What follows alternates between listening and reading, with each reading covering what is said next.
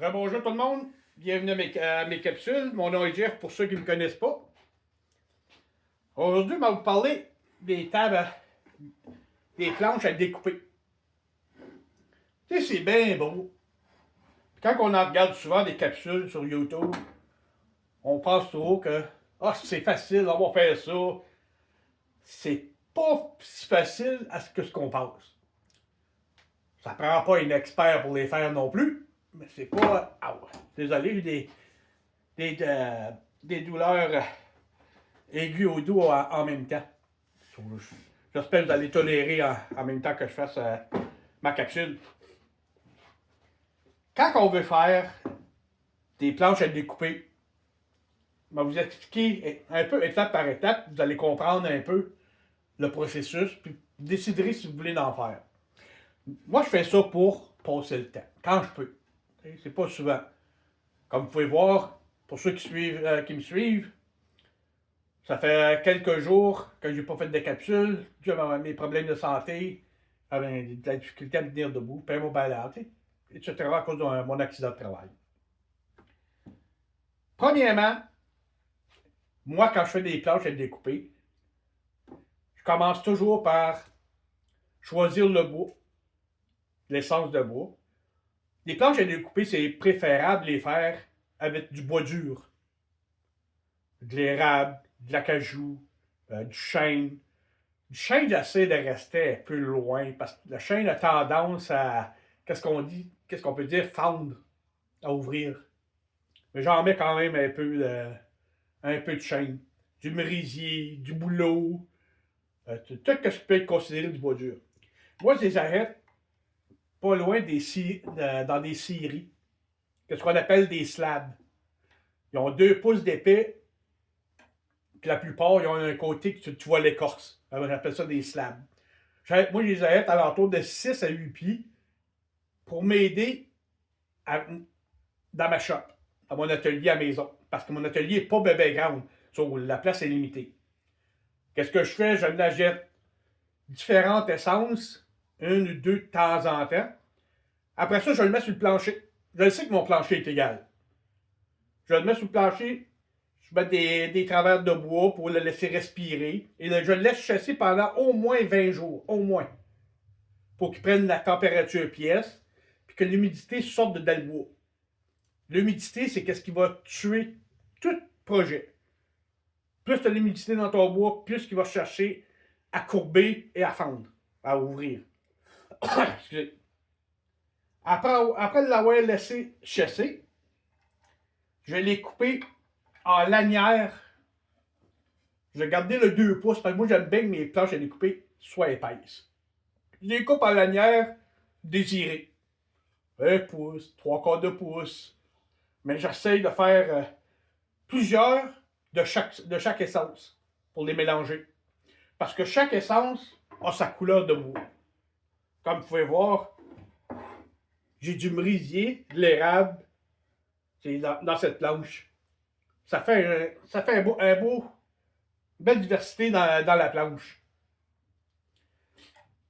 On les coupe. Après ça, moi, je les laisse chasser encore. Ça veut dire que je les mets sur un endroit plat, soit sur ma slab que j'ai à terre, qui est déjà à niveau.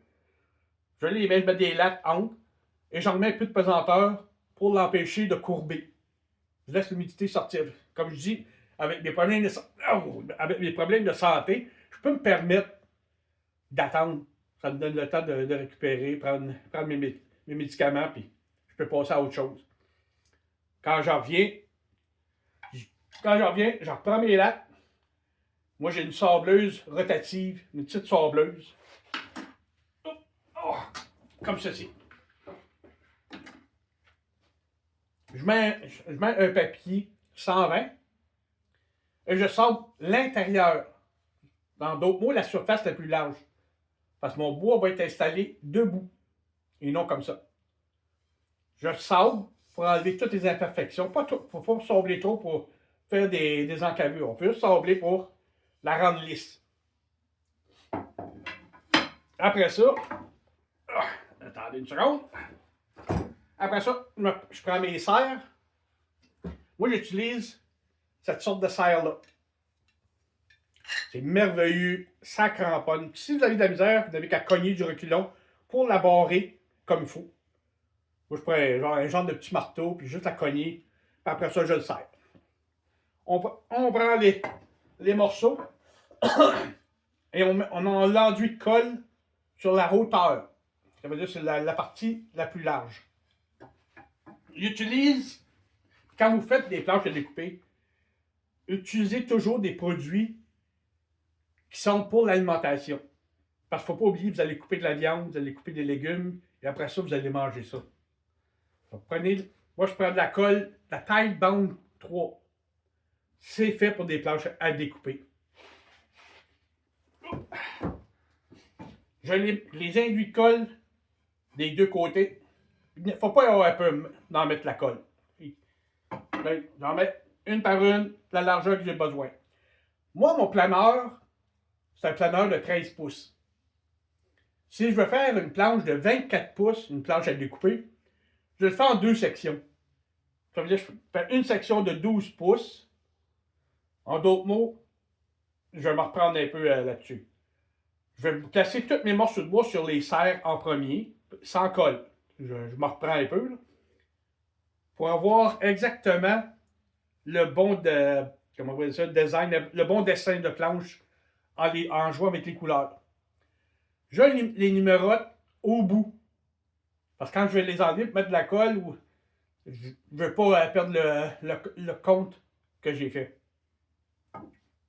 Après ça, je mets de la colle. J'en colle pour 12 pouces. Je serre ça comme il faut. Je mets 2 serres en dessous, je mets 2 serres au-dessus pour bien le cramponner dans tous les sens. Je laisse ça chasser 24 heures. Je reviens au bout de 24 heures.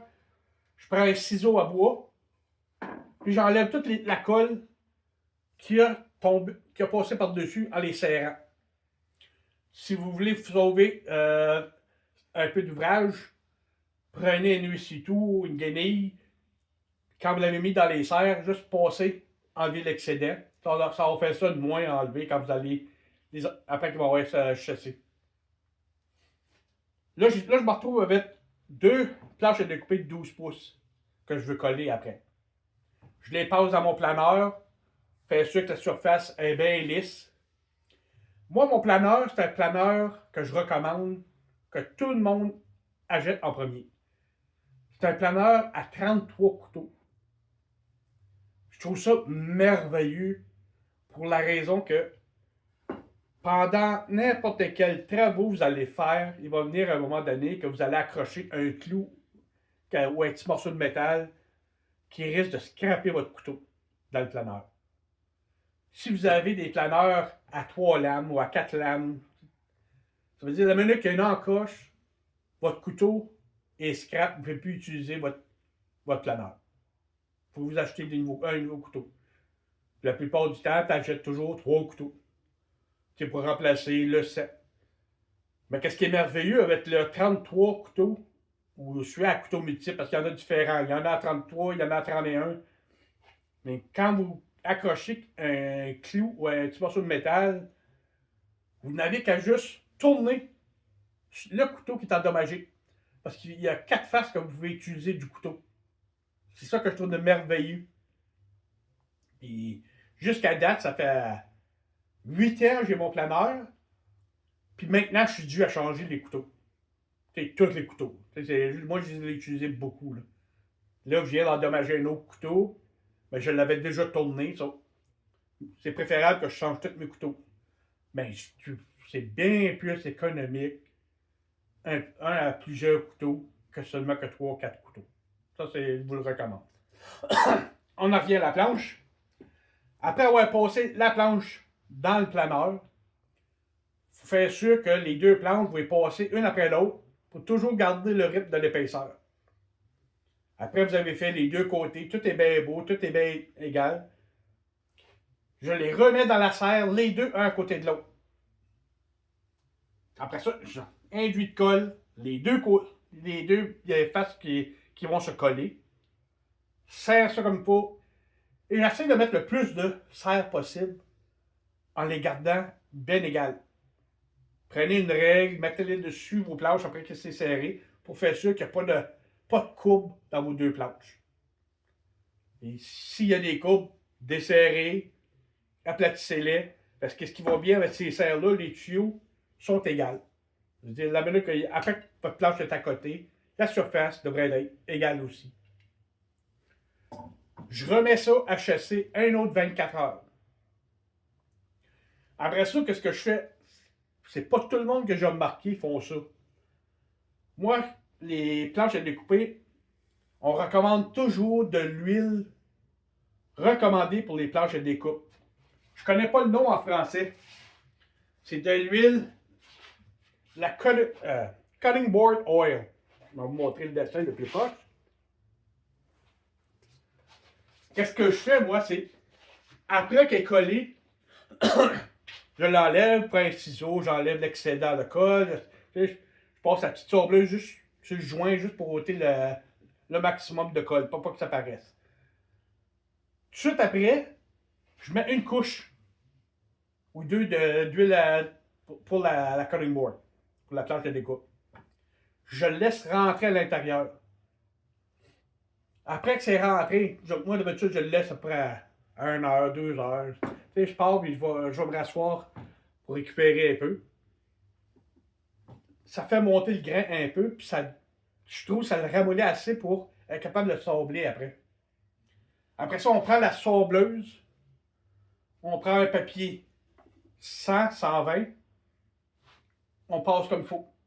On ne reste jamais au même endroit. On la sable bien comme il faut. Moi, je prends, avant de continuer, après ça, je prends ma toupie avec une bite de contour. Je fais le tour, je fais mon dessin de contour pour, au lieu de sabler et essayer de rendre ça rond, c'est merveilleux avec une toupie. Je fais en même temps mes poignées sur les côtés avec la toupie. Avec la toupie et un autre bit qui est exprès pour. Après ça, je m'en remets à sabler. Je sable partout, je prends un autre petit papier sablé, je sable tous les endroits que je ne peux pas rejoindre avec la sableuse. Je passe au moins deux ou trois papiers 100, 120, 180, 200. Puis après ça, le 220, ça, je le sable. Puis entre chaque couche que vous sablez, prenez un petit arrosoir à la main. Mettez de l'eau à l'intérieur, arrosez-le.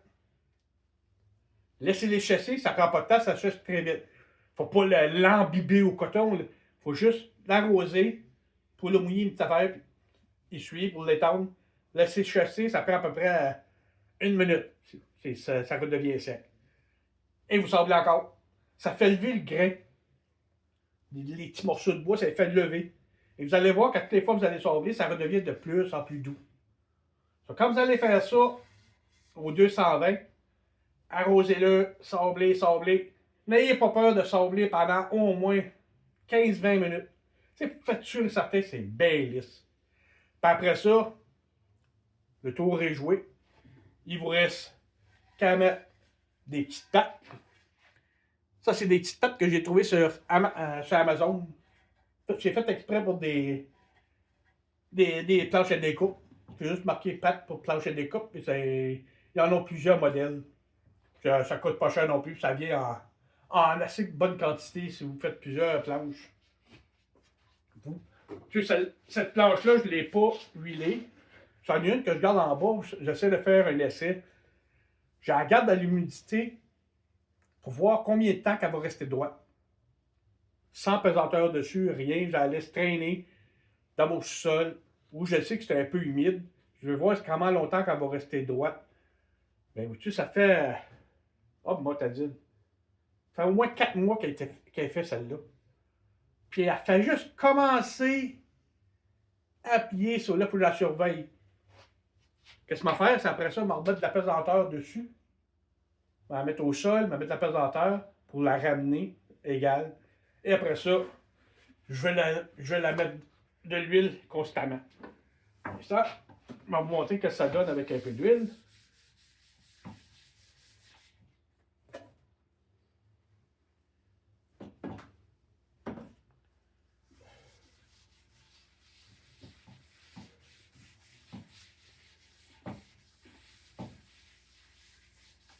Puis de l'huile pour planche. Faut pas avoir peur que de temps en temps, ou assez régulièrement, n'ayez pas peur de passer un petit coup d'huile dessus. Ça aide à prolonger la vie de vos planches à découpe. Comme vous pouvez voir, ça fait un très beau lustre. Comparativement à, ça fait au moins 4 mois que j'en ai pas mis de l'huile. Puis il y a plusieurs modèles. Ça dépend toujours de ce que vous voulez faire comme modèle de planche à découpe. Vous pouvez couper vos planches de travail. Vous pouvez faire vos planches. Et quand vous le passez sur le bâti, vous faites plus large, plus haut. Vous pouvez aussi la mettre de côté. Comme ça, quand vous allez le couper sur le bâti, vous allez garder un patron de travail. Vous pouvez faire tous les modèles que vous voulez. Mais je vous recommande toujours d'utiliser au moins faire des planches d'au moins 1 pouce, 3/4, 2 pouces. Pour une raison que je vois à long terme, c'est que si ma planche devient trop endommagée à force de couper, si les encavures commencent à être trop creux, je vais juste la passer au planeur, enlever une petite surface. Après ça, je vais juste la ressabler comme on est supposé faire quand on les construit. Puis, je vais remettre de l'huile dessus. Et j'encours ma planche qui peut me durer encore plusieurs années. Mais ces planches-là, quand vous utilisez du bois dur, là, vous allez voir que vous allez donner des coups, puis ça dure longtemps. Si vous en prenez soin, vous la huilez régulièrement, vous allez voir que ça dure très longtemps. Ça, c'est une partie du petit projet quand ça vient à des planches et des coupes. Il ne faut pas penser que les projets, tout est facile. Il n'y a rien de facile. Ben, il n'y a rien de super compliqué. C'est juste que ça prend du temps, puis il faut avoir de la patience. Si vous n'avez pas de patience, faites-en pas. Ça, je peux vous le dire, c'est que il arrive souvent que je commence un projet, puis vu mes douleurs, je peux pas. Ça me prend trop de temps. J'aime me décourage. Dans ce temps-là, j'aborde pas le projet. Puis là, avec mes douleurs qui sont plus sévères avec le temps qui arrive, mes projets sont sur le hold un peu. J'en fais, mais très rarement. Je vais bisouner plus que d'autres choses. Mais écoutez, ça fait une couple de minutes qu'on discute dans la capsule. Puis il faut déjà que j'aille me rasseoir pour essayer de faire les douleurs pour les atténuer un peu. Là. Alors là-dessus, j'espère que ça va vous avoir aidé. Si vous avez des questions sur les planches à découper, n'hésitez pas, envoyez-moi un commentaire. Ça va me faire plaisir de vous répondre. Ça risque de prendre peut-être un peu de temps, mais je vais vous répondre certain. N'oubliez pas de vous abonner pour me suivre de temps à autre. Ça aide beaucoup ma chaîne et ça serait bien apprécié. Et n'oubliez pas d'appuyer sur le bouton des likes. Merci, bonne journée, à la prochaine.